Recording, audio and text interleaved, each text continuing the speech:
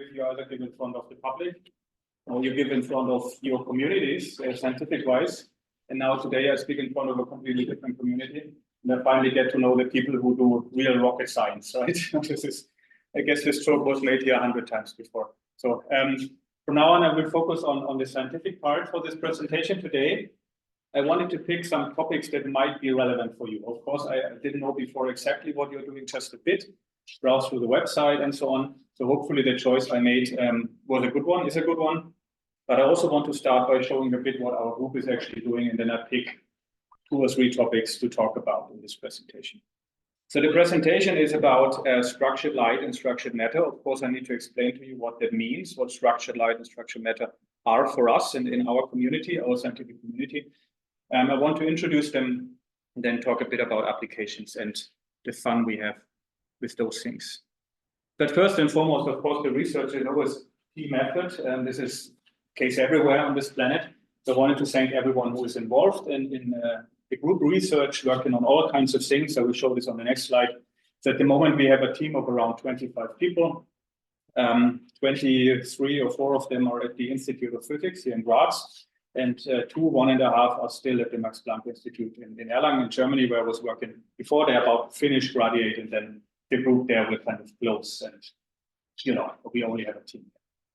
So as you can see, there are many different people, and I will show on the next slide that there's a lot of stuff that we're trying to do. And for today, I had to make a tiny little selection. All right, so what's coming next? I don't expect you to read all the text that is there. I just want to show you what we are actually doing in the group. There's a lot of text here. This is just maybe for the video recording. If you want to go back to the slide and just look at the stuff we do. I'm only showing this because there might be topics we are not even touching today, but they might be relevant for you. And then, of course, I'm always happy to talk about them after the presentation or in the future. So just looking at the pictures, you can see that we, of course, do loads of optics. So most of our projects are based on lasers or light in whatever kind of configuration. And if you just look at the buzzwords you see here in the headlines, the word structure also shows up very often. So we focus on the structure of the light fields that we're using. We want to use them as tools or methods. So for instance, in polarimetry, measuring polarization and stuff like that, studying material systems and so on. Also application-wise, there's a lot of stuff we try to do. Nanometrology and sensing are 2 of the directions we walk into. Then also from a fundamental perspective, there's a lot of stuff you can learn. Of course, most of the stuff we do is in Maxwell's equations, of course. But Maxwell's equations, they kind of hide so many very intriguing phenomena that you have to dig very deep sometimes, especially experimentally, to really figure out what's going on. So this is why the fundamental part of the story of light or light-matter interaction is also very important to us.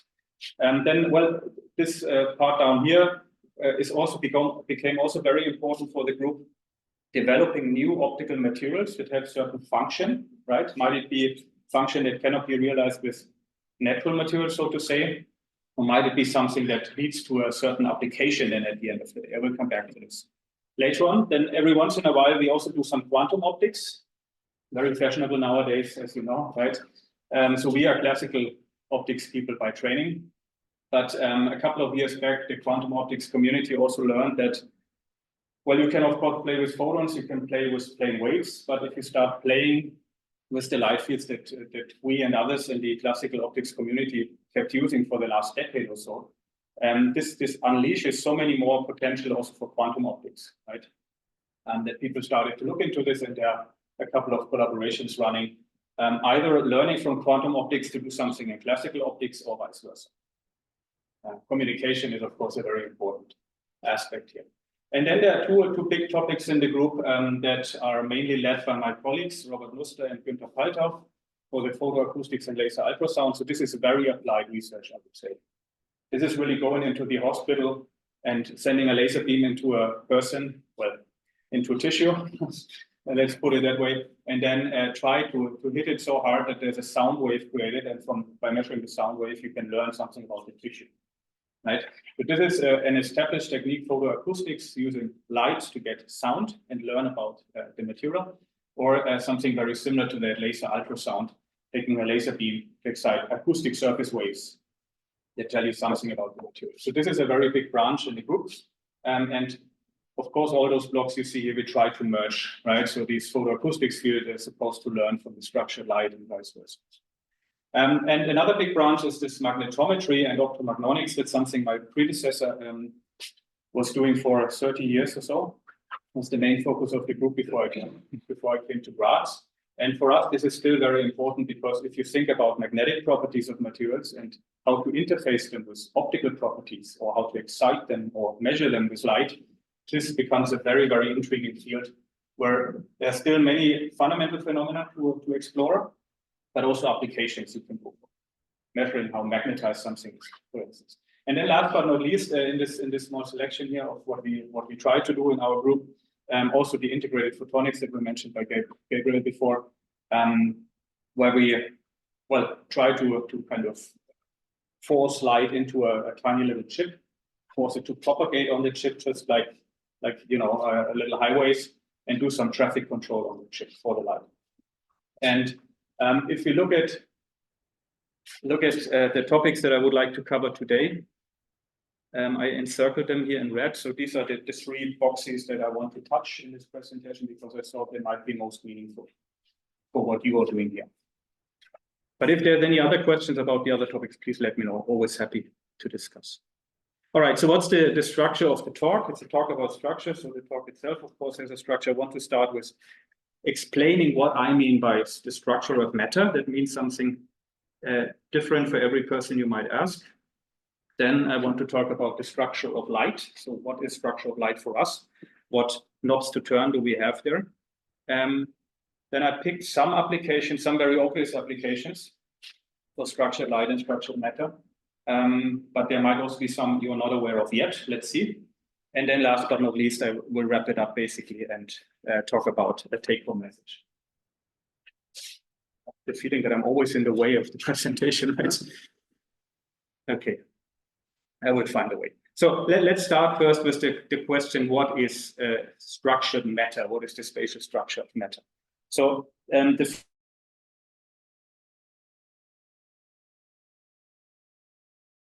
architect or an artist, they might think about something like that if you say structure of matter, right? So they use shapes and forms and whatever kind of stuff to either buildings or to make art. Right? The structure of matter is one of the key aspects in architecture and in arts. This is not what I mean by the structure of matter as an optical physicist.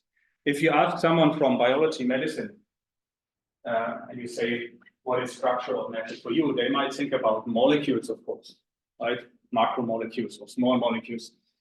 Similar with people from solid state or surface science. They are interested in the atomic structure of the surface molecules that bound to the surface, that move along the surface, whatever they might do. So this is how matter is structured from their perspective. And it's of course correct, right? But not exactly what they think about when I hear structured matter. And then if we ask people from particle or nuclear physics, well, they go a step smaller, a couple of steps smaller in terms of size, dimensions. They think about the substructure of matter.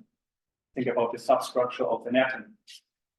The smallest tiny little building blocks that our world basically has. And I also put astrophysics here because I mean, you're from this community. You might think of the other end of the, let's say, orders of magnitudes, right? For you, it's maybe planets that are part of a solar system, or it might be dust grains or whatever, So you try to span the full kind of range of orders of magnitudes. And that gives the structure to matter, if you want to say so. Well, if you then ask my kids, well, structure of matter, well, it usually means chaos. So Lego bricks everywhere. I step on them on a daily basis. Not such a convenient experience. But anyway, so of course, Lego is a very good example if you think about the structure of matter. You take your Lego bricks and you can build out of them whatever you wish to build. You can take the same Lego bricks to make an airplane or a dinosaur or a building or whatever. And this is kind of also what Mother Nature does, right? Takes building blocks, and by putting them together in a certain way, there are tons of different things that could come out. All right, and now finally, if you ask someone from the field of optics or electrodynamics, what is structure of matter for you from an optics perspective? They might think of something like that. right? So this looks like something that should go up to the biology. Of course, it's a butterfly, but this is where Mother Nature comes in. Mother Nature showed us already many times how to do stuff, and also when it comes to structured optical matter, we use its recipes, basically. So let me explain to you what I mean by that. So, of course, if you see something colored in nature, you usually think there's a dye in it, a color, and something that gives a color to that object. But for butterflies, for instance, and for other animals, or also for plants and so on, this is a different story. If you look at a butterfly and we put it in a microscope, might not do this voluntarily, but still, the people here did it in this publication. So if you start zooming in with an optical microscope, well, the first step you do in your magnification doesn't reveal anything. You just see that different regions have different color. If you come closer with the optical microscope and reach maybe the maximum magnification you can get, you can see that there are these little fins and all this kind of stuff, but it's still not telling you where colors come from. If you then switch to an electron microscope and keep zooming in, you will start seeing the substructure of these little fins that are part of the wings, right? And then if you go to the maximum resolution, I guess you could even go further, you will see that these little wings have a substructure to them. And it's in fact this substructure that creates the color, right? It's a structural color. It's not a dye that was put into the wing. And why is this such a clever strategy? Because if you make something like that, a material that has many holes in it, it's not just a way to give it color, because the structure leads in the interaction with light to a certain color or hue that you get from the wings, but it's also lightweight, right? And the butterfly wing should be lightweight. Butterfly wants to fly, wants to go away from predators and so on and so forth.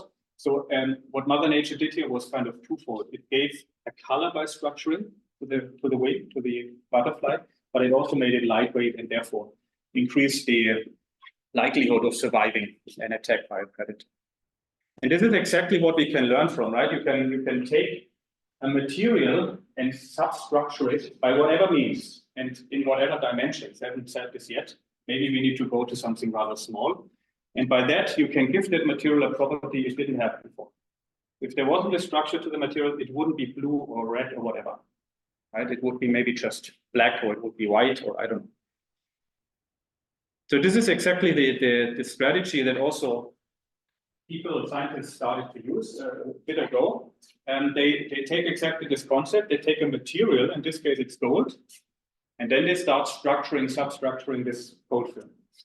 In this particular case, it is a very, very niche approach that we did here, but just to show you what's going on, we take this metal film and we make these little crescents into it, right? By just cutting away the rest, let's say. So what remains is an array, a regular array of these little moon crescents. And interestingly, this material has now quite different properties than the original gold film. So the gold film would have reflected light, it would have had this yellowish touch. But if you send light onto that, it will interact in a completely different manner. So it will have spectral properties the gold didn't have before. It will have properties regarding the polarization of light that the bare metal film didn't have before, and so on and so forth. So by giving a substructure to a material, you can artificially create properties or tailor properties into that material that haven't been there before. And without even telling you in detail why we chose this structure here, let me show you another example, just to prove to you that you're kind of almost free in designing these little building blocks, right? You don't necessarily have to start with something flat or smooth. Actually, the structure here is also three-dimensional. It has this little step in it. But you can even go crazier if you wanted. So on the right-hand side is an example of structures that were fabricated by Harald Planck from the TU. So he uses a 3D printing technique at the nanoscale to build something that is stunning, right? So these are 3D architectures that can be made from different materials. You can see that the length scale here is really tens of nanometers. It's really, really small. And you can build many of those next to each other if you wanted. And if you then shine light onto such a system, the response of the material will obviously depend on the shape of these little balls, will depend on the smallest dimensions in the systems, and so on, just like on the left-hand side, or just like the butterfly. Right? So therefore, you have a toolbox already to structure your little building blocks, your little Lego bricks, in the way you want to structure them. So you can use lithography, you can use ion beam milling, you can use this technique, which is a bottom-up technique, so you grow your structures like in a 3D. So there are many different possible ways of doing that. And the interesting thing is that this really provides for a new toolbox. It's not so new anymore. So this started maybe 20 years ago. But with the increasing capabilities of nanofabrication, of course, nowadays you can really use it for something good. And it really led to a paradigm change in optics, I would say, because people can now use this idea here to manipulate the incoming light field point by point. So just like the atoms manipulate the light that are coming in on a bulk material. If a light field hits this material here, the response of that material will depend on the shape of this little building block, this little matter atom, if you want to say so. And depending on how you shaped it, what geometry it has, what size, it will interact in a different manner. So you can locally manipulate a light field, and by that either measure the properties of light or manipulate it in such a way that you change the properties of light. And one very interesting technique in this case, and that might be one of those topics that are relevant for you, is replacing normal optics, normal lenses, right? So normally you would take a lens that is just a curved piece of a transparent material. You send a light beam into it, and then due to these different path lengths in the optically denser medium, you kind of make all the rays come together in a geometrical focus. Of course, a long time ago, people started to think about a less bulky way of focusing light. They came up with these Fresnel lenses. This is what you find in lighthouses, for instance. You cannot just put such a massive lens in a lighthouse, but you can cut away all the material that you actually don't need and just leave this kind of steep ridges. And it does a similar job. It also focuses, but it's still pretty bulky. But now with this concept of these Lego bricks at the nanoscale, we can also just get rid of the overall material and this curvature you have to induce to make the light focus. You can just make these little nanostructures on a thin substrate. You can see this in a zoom in. These might be little pillars or might be little whatever. Some of them really look like Lego bricks, actually. And this is just one layer of this material, just tens of nanometers high, maybe 100 nanometers high, which is really, really thin, really small footprint. And depending on how you orient them locally and how big you make them, for instance, right? So here the orientation changes, here the size. You can induce a phase, for instance, on the incoming light beam. And if the phase is chosen right, then it kind of gives a curved phase front to your light field. And a curved phase front is a focused light beam, basically. So with such an approach, you can replace a normal, a conventional lens and make it way less bulky. You can make it as thin as you want. And the beauty of this approach is not just that you replace that 10 euro lens by something that is very expensive to fabricate, right? It's not a selling point, not the selling point. But if you choose this approach here, where you really manipulate the light point by point, you can give it more functionality than just focusing, right? So this would just focus. But if we now add other geometries to the system, it might even polarize the light before it's focused, or it might shape the light field before it's focused, or it might send left-hand circular polarization to the left and right-hand circular polarization to the right. So this is an approach to make it really multifunctional, which is not so easy with the convention. And I have to add that although a nanolithography system costs around €1 million, which if you work with rockets is nothing, I know, but still, it's a lot of money, right? But many groups around the world, and of course also many companies, have these facilities, right? You can even buy this as a service to fabricate those structures, and there are even some startups now that design for you the actual matter surfaces. Okay, so this would be one of the things that might be relevant also for imaging systems that you are using. But of course, that's not the end of the story. If it was only about lenses, well, it's nice, it's handy, but it's maybe not such an exciting thing.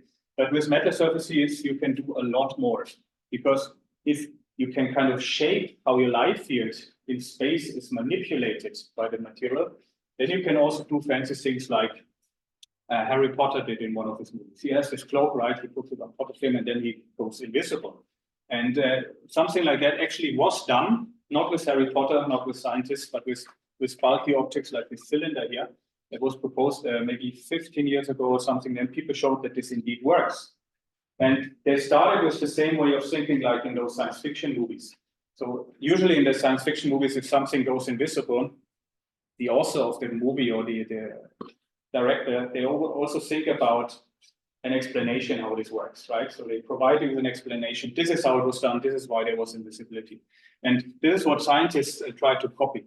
So if you think about the Invisible Woman, which is one of the Fantastic Four, I guess, she takes the light field that is coming in and guides it around her, right? So if the light never touches her, there's no reflection and there's no shadow cast, right? And this is exactly how these matter cloaks work. And so you basically put something that actually looks like that. It's a layered system. You put it around the object you want to cloak, and at every single point of this cloak, the light field is redirected.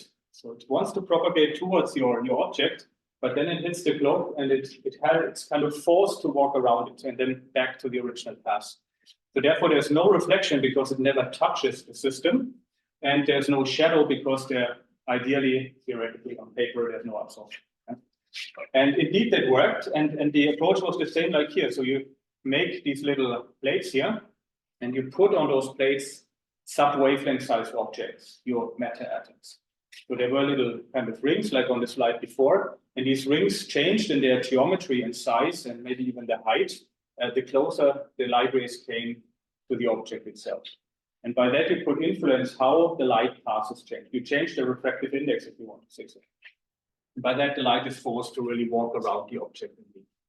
People have done this also this was a microwave demonstration. Cute, but maybe not what you want to have. And people also showed this for light, for visible light, basically. But how do we make it come off again in the same direction it came in? Yeah, so what you do in the input pass, you kind of shape the light such that it has to go down here, right? And then when it's coming around the object, it's going up again. So it's a change of refractive index across this cloak. It's a bit like a gradient index lens that has a change in refractive index. But it's wavelength dependent, right? Extremely wavelength dependent. So for visible broad spectrum, it's complicated to get right. Yes, but people did this also for broader wavelength ranges, especially the visible, that would be relevant also for the military, right? If there was a tank vanishing from the view, it would be nice for some people on this planet. But fortunately, that doesn't work. Fortunately, that doesn't work. First of all, for very macroscopic objects, it's very difficult. And the other thing is, if you really want to make this for the full spectral range, visible plus infrared and so on, it becomes rather tricky. But I just wanted to say that in principle, this is not pure science fiction. It's really something that can be done. And it's all based on this shaping matter approach. So one could keep going here for a long while. There's a lot of stuff you can do. And so these ultra-flat lenses I showed you, the cloaking or the invisibility cloak. In general, you could also use it for light routing. So just tell the light where it's supposed to go on a chip or so. And these matter materials or these structured materials are also used for coloring. Right? So just like the Mother Nature did for the button. You can get some very vibrant and very enduring colors from this concept because these colors, they don't bleach with UV light, just like standard dyes would bleach over time. Actually, church windows are colored that way. So if you go to a church and you see these very vibrant colors of the windows that are there already for, I don't know, 500 years, they are still that vibrant because they're little nanoparticles, metal particles embedded in the glass matrix. And they reflect light in a certain manner. They are resonant, basically. And this is what gives the color to those windows. And they survived. I mean, the glass might not have survived, but the color has survived. All right, so this is the method part of the story. Now we can basically use the same approach and try to enforce it on light, right? So you take a light field, and the simplest light field you can probably think of is a laser beam or so. And now you start giving a structure to this laser beam. Now we need to understand what parameters can I shape. Is it what is the equivalent to the geometry of my building block? But first, a reminder, and I guess I don't need this here, right? You all know what light is. You all know what kind of a wave is, right? Anyone doesn't know? It's a me question. No, but I just as a quick thing, because I need it later. In principle, light would be just an electromagnetic wave. They have an electric field oscillating just like a pendulum would oscillate. And then because you have this coupling, it's kind of propagating across space. The magnetic field is usually ignored, but it's also there. Right? So democratically, it should be treated in the same way. Very often you also need it. But most importantly, we have this electric field oscillating. And for this particular case, it's oscillating in one plane. Right? You can see the blue wave is just sitting in one plane. That's the y-x plane in this case. And this plane is usually referred to as the polarization. So this is how the light field would be polarized. Could also be polarized in this Z direction or whatever. And it could also just oscillate, spin around the propagation axis like a propeller. It's also possible. It doesn't have to oscillate in that way, crossing zero all the time, but it can also spin around like a propeller would be then called circular polarization. So there's already some freedom in terms of how we create this polarization or how we kind of set it, but there's no real structure to this. So if we had something like that created on a sheet of paper, this would be infinitely extended and propagate without any structure to it. But obviously, this is not the end of the story because laser beams have already a structure to them. But let me also start here in a bit more general way by saying a few words about the structure of light. Actually, if you look around you, everything is structured, right? So you see me talking here. Why? Because light is shining onto me, and then you see me basically. And the fact that color changes with position gives a structure to your view, to your vision. And if you just look at this photograph here, and you could take a look, of course, at any photograph you can take, and this is very nice and nicely visible. So we have the sunlight hitting this cloud from behind, and the sunlight itself would not have any visible structure to it. It's more or less homogeneously bright, but then it interacts with the structured cloud, and it starts to get a structure itself. Right, so you can see this halo, you can see that darker, brighter regions. Very intuitive picture, I understand, but this is just to give you a feeling for what light structuring could mean. But this is only structuring in intensity, right? If you, in contrast, look at a picture like this, well, you would say it's not structured at all, right? This is all white. But the point is, if you come closer and closer, you would see that there's even a structure to this here, because they're pixels.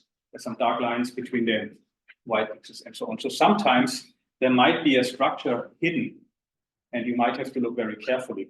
Maybe you have to look into smaller dimensions, or you have to look at other parameters. Maybe you have to look at polarization rather than intensity, or things like those.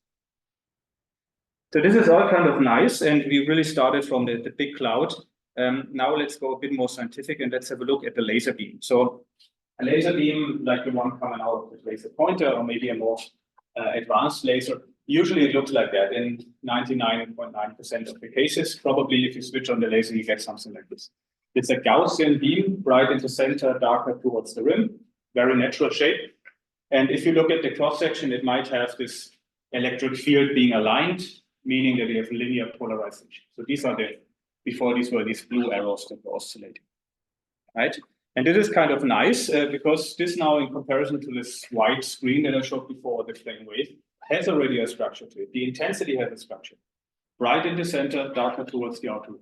If this is a structure, it's a very boring one, but it's a structure, basically. But of course, this is also not the end of the story, because we can now also make light beams that look like this.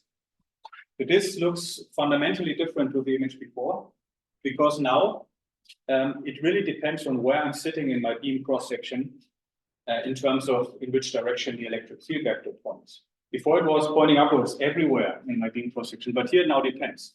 So here it points to the right for the snapshot in time, bottom, and so on and so forth. So I have a position-dependent or spatially dependent polarization for this beam. And interestingly, this also has an influence on the intensity. If you look at the cross-section of this beam, it looks like a donut. So it's dark, it's hollow, it's dark in the center. And then if you start deviating from the optical axis, it goes brighter and then darker again. So it's really like a donut. And therefore, maybe also a bit counterintuitive, because the laser beams you are used to are bright in the center, dark. So that's the opposite. But this is something you can do. You just need to understand how to start with this beam here and make it into that one. Just need to manipulate the beam. You have to play on the structure of the beam, and then you can give a certain, although pretty simple still, structure to our light field, to our laser beam. Very controlled system, right? But this one and the case before, the sympathy before, they have one thing in common. Both of them are purely two-dimensional, if you want to say so, because the electric field vectors, the black vectors, they're always contained in the two-dimensional transverse plane, right? So none of them is sticking out of this donut. They're always contained in the cross-section, which is not surprising, because you all know light is a transverse electromagnetic wave, and this is exactly what this is supposed to mean. The electric field is transverse with respect to the propagation. But again, we can do a step further and we can say, let's now force the light beam to not be two-dimensional anymore. Let's send this light beam into a lens, to a simple lens, can be also microscope objective, whatever. And so you focus the light, you bring it to a very small, tiny little volume, like using a magnifying glass and try to focus the sunlight. And what is happening here is indicated by these arrows. So the fact that all the rays are coming in, hit the lens, and then are redirected towards the focus also means that the little electric field vectors also have to tilt, right? Before they point radially, in the radial direction, like the spokes of a wheel. And then behind the lens, they're kind of forced to have this small forward component, right? So if you think about it in terms of dimensions, the part on the left-hand side now automatically, without any further action we need to do, we just need to focus, it is now a three-dimensional field. But the field here you cannot describe purely with these two dimensions. That doesn't work anymore, because the electric field vectors were tilted forward. And now the question is only what is now happening if all this comes together in the geometrical focus. So how does the beam actually look like in the wave plane? So when you really go to the smallest focus, the smallest diameter of your beam. And this you can actually calculate.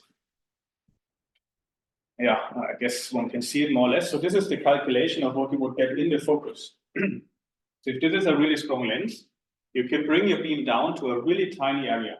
If we talk about an area that has a side length of approximately the wavelengths.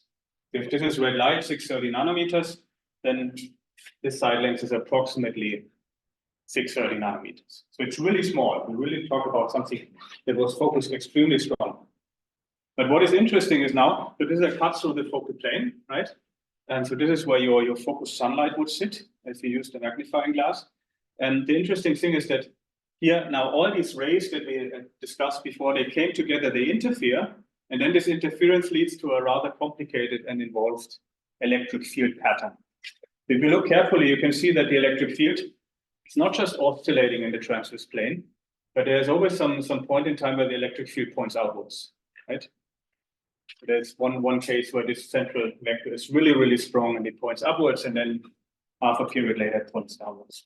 So what we have done by this simple scenario, of course in the lab it's a bit more complicated, but just by putting a lens into a laser beam, you create a three-dimensional field, which is weird because this is not a transverse component anymore, right? This is a longitudinal component, a component that oscillates along propagation direction, just like a sound wave would oscillate along propagation direction. But light is still a transverse wave. So how can this be? And of course, this would be a longer story. Actually, I'm teaching a course at the KFU just on those phenomena, so one full term. So I have to cut it short here, but it's an interference phenomenon, right? So you bring all the waves together, they interfere, and due to the three-dimensional touch of the field vectors you have behind the lens, you also have them in focus. So why do I explain this to you in such detail? Well, because now you can take advantage of the three-dimensional structure. You can take this and make it interact with something. You can put a nanostructure into the beam, and you can place it at different positions. And depending on where it's sitting, it sees a different electric field, and the excitation is then positionally coupled. And this is something that we do very often in our research, that just by creating such a three-dimensional electric field landscape, if you want to say so, you can learn a lot about tiny little nano objects that you place there. Could be even atoms or ions. Just looking at their scattering for different excitations, you get information that you wouldn't get in a normal microscope. All right, so this is a way to spatially confine light, right? So this is focusing. But of course, there would be plenty of other ways to get light into small areas, small cross-sections, or small volumes. So another possibility would be, for instance, instead of free space focusing, you could just squeeze light into an optical fiber or into a waveguide, right? And it's also forced to live in a small volume, so to say. So this would be one example. That's also a way to confine light. Another way to confine light would be to let it interact with little particles, right? So if you have light interact with a little antenna, it will drive the charges. The charges will separate and move up and down, just like for an RF antenna.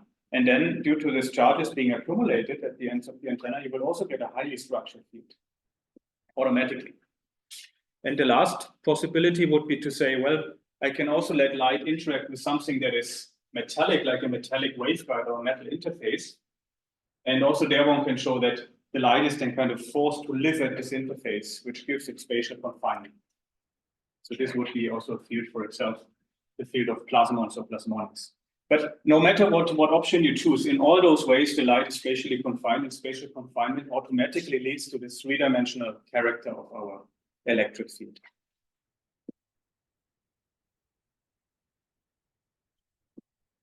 And so the thing we discussed so far is only the polarization, right? So in this particular case, for this beam, the polarization was shaped first in 2D and then by focusing in 3D. But of course, you can also act on another property of light, and that is the phase, right? So you can also start delaying parts of your light beams with material or with nanostructures. And by delaying the field, you kind of change its relative phase. And this is also a very interesting way to act on a light field, because there's a full slew of different light beams you could create by phase shaping. Okay, I will show an example later on. I just want to say here that the possibilities or the opportunity to really tailor an electromagnetic field seem to be endless. So you can start playing around with the beam itself. You can focus it. You can squeeze it into a waveguide. You can act on polarization, phase, intensity, whatever you wish. And this gives you a full toolbox of different beams you then could use for applications. Best transition ever. You could use for applications. Okay, so let's talk. Are there any questions, by the way? Anything that is unclear? I'm rushing through this, I know, but you're all still awake. That's great. Okay, so I picked 3 applications which are really from very general, why is something that we do, all the way to a second Nobel Prize. We'll come back to this in a second. And then after that comes the part where we talk a bit about the integrated photonics that Gabriel mentioned. And that is also one of our main fields of research, which combines structured matter and structured light. So first application that might come to mind when we think about structured light might be this one here. It might be microscopy, right? So back in 2015, there was a big award given for this. I will come back to this also in a second. But the main idea behind it is the fact that optical microscopy is usually limited. It has a limited resolution. We cannot just see the finest details of a structure. It's always limited by wavelengths in the way you look at the system. And this is why 3 clever people and their teams behind them looked into this and said, okay, how can we get around this limit, this resolution limit? It's also called Rayleigh's curse, because it's all related to the Rayleigh criterion, focusing and resolution. And they started to develop a new field of microscopy called super resolution microscopy. And one of them is called STAT, or stimulated emission depletion. So what do we have to do for STAT microscopy? There's a question, I guess.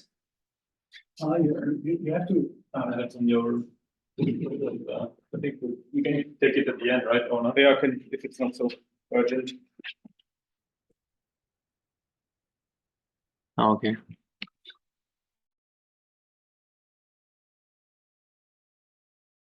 Let's do it again. Okay. Yes.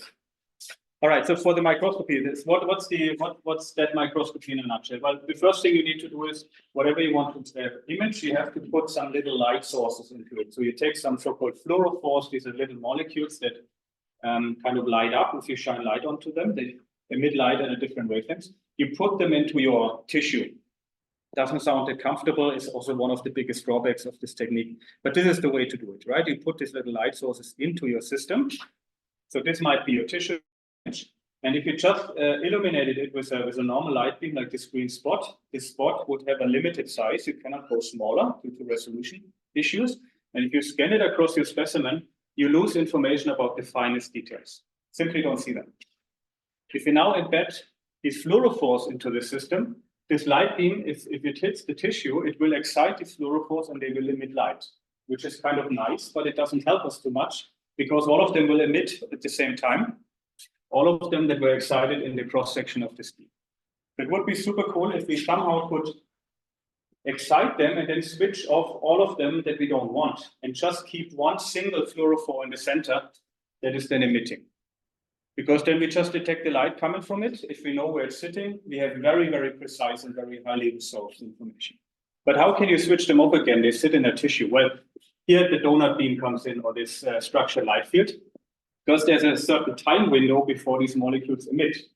So you activate them with the green laser beam here, and then you quickly send another laser beam that depletes those molecules. So it de-excites them before they can emit, right?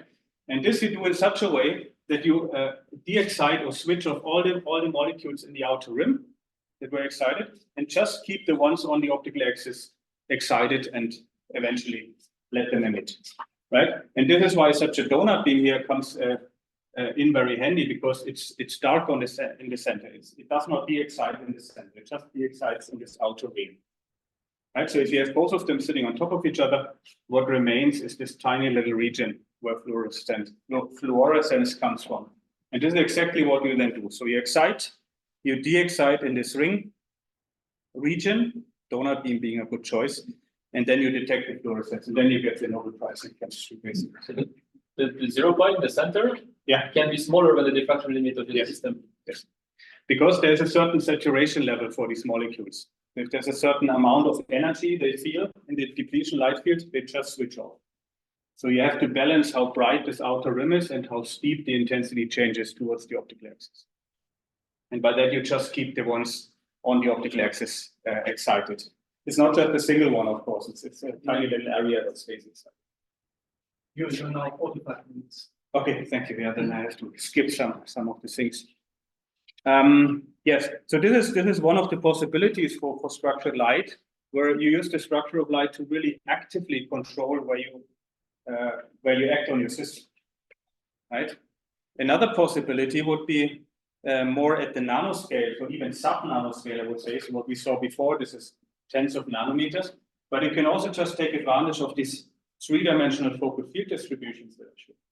So in the STED microscopy, it's just intensity. But if you take advantage of this full three-dimensional electric field, you can do something that we did some years back that we call ultra-precise tracking. So you put a nanostructure into that beam, so you can see the beam coming in from top. And depending on where this particle sits in the beam, it's excited in a different manner, depending on the local field. And then turns out, if you do everything right, that if the particle starts moving away from the optical axis, it starts to emit light in a directional fashion. So part of the light goes more towards the left than towards the right. And if it moves in the other direction, it's the opposite. So just by measuring how unbalanced the light reaches the far field, you can tell very, very precisely where the object has been. And the interesting thing is here, we did this for a 180 nanometer particle.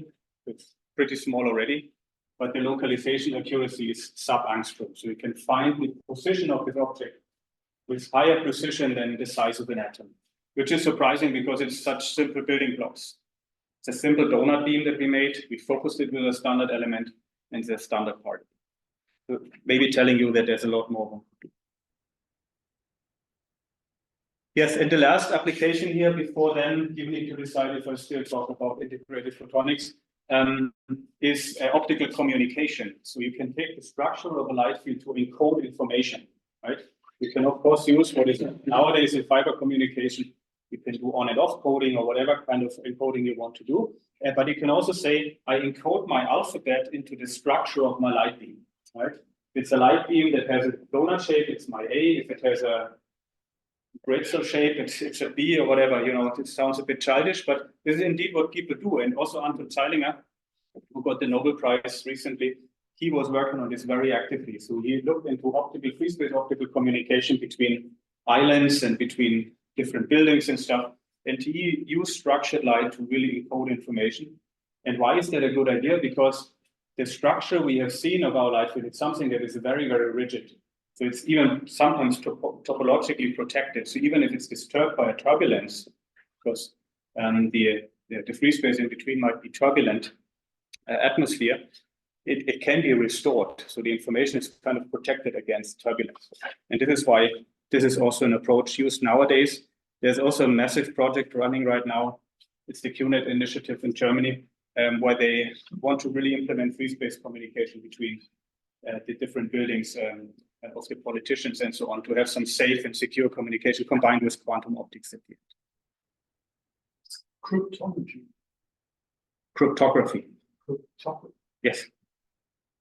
All right, so now we have reached a point where I have a couple of more slides, and now comes the part that might also be relevant to you, that is this integrated photonics.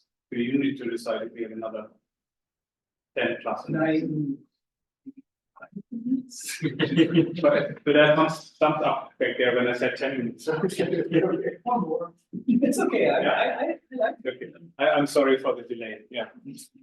All right. So this is how you can use this shaped light field, or maybe even shaped matter in terms of nanoparticles, to do something that is useful, not just to research in the lab. But very often, of course, you need to ask the question: if we have structured light, first of all, how do I generate it? It's not coming out of the laser like that. And on the other hand, how do I measure it? Right. So what is my detector I can use? And this is something we have been looking into in the last 4 or 5 years or so, and by using a completely different technology that is usually used. So what you usually would do is you take a camera, you shine your light beam onto the camera, you measure the intensity, and then you have already information about the shape. If you then put some polarizers in front of the camera, you can even say something about the polarization of the beam. And if you put a phase front sensor into the beam, you can even say something about the phase front. But this is like serial measurements. You have to do one after the other, and all of that is kind of bulky.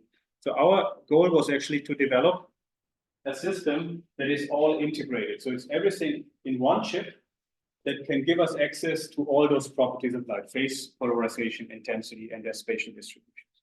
And the platform we chose for that is shown here. So this is just a very simplified sketch of integrated photonics.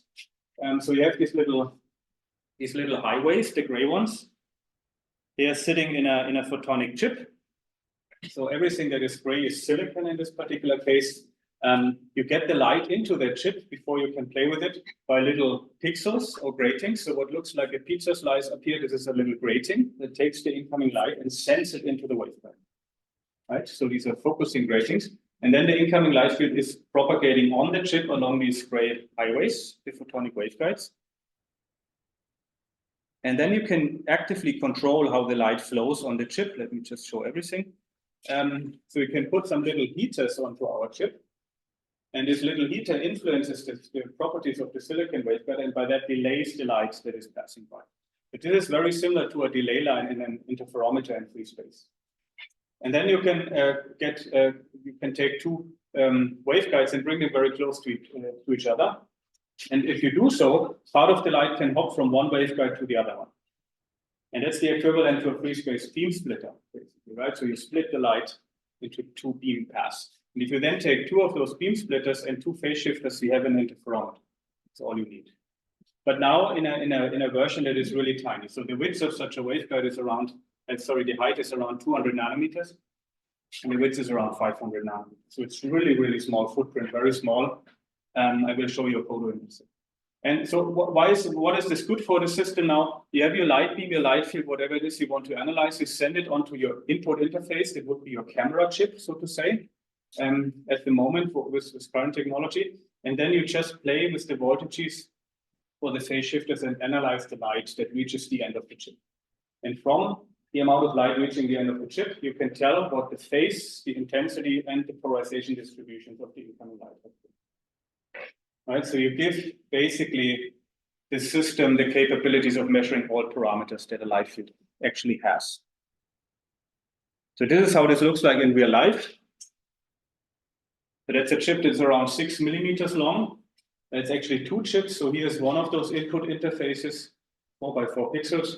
And here's another one where 16 pixels just sit on a circle for many good reasons. And everything you see in grayish or purple, these are the waveguides. I'm not sure if you can see this from back there.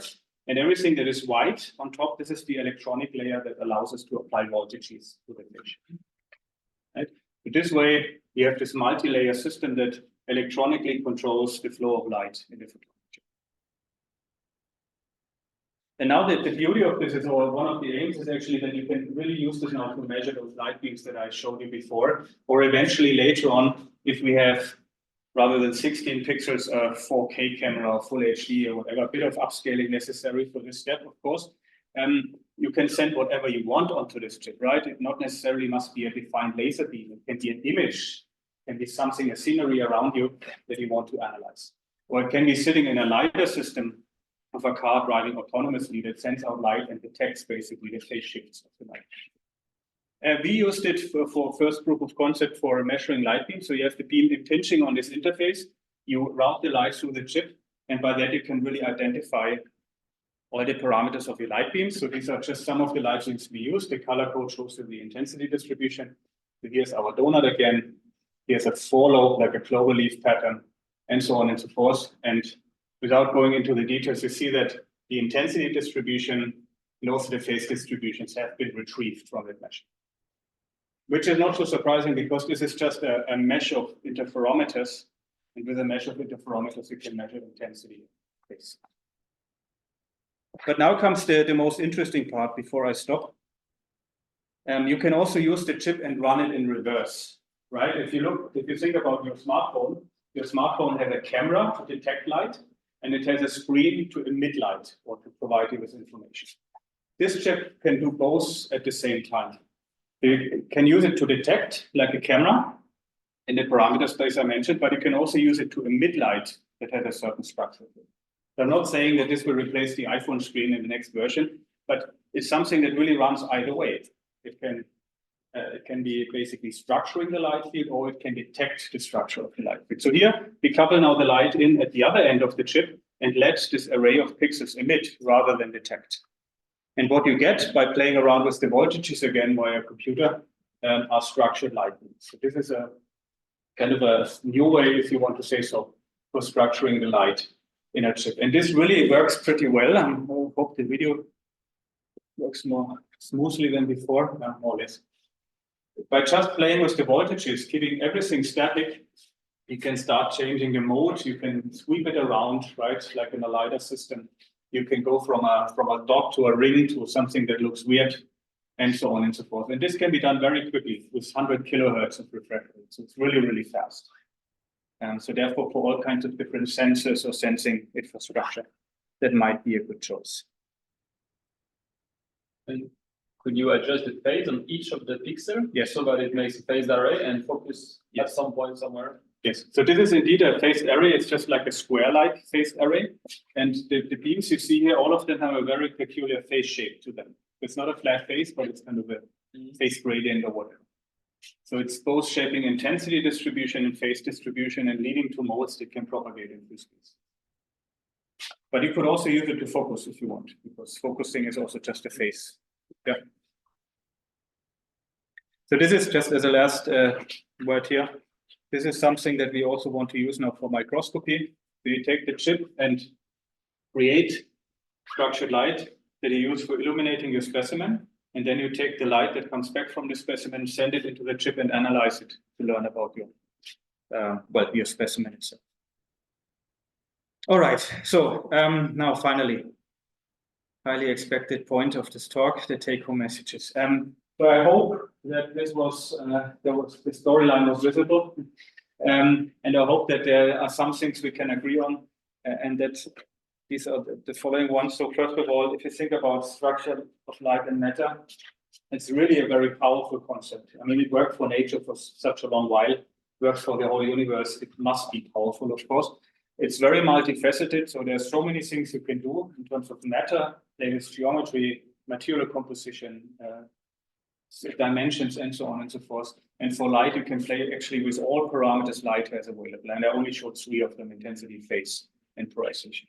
It's very exciting, that's for sure. And there's still a lot to discover, although this looks like, I mean, all understood, but there's a lot more one can do. And maybe it's also something that is applicable to the systems you are working with.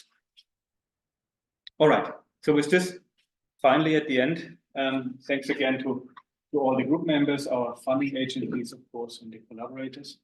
And thanks to you for your patience, and I look forward to the questions you might have. Thank you.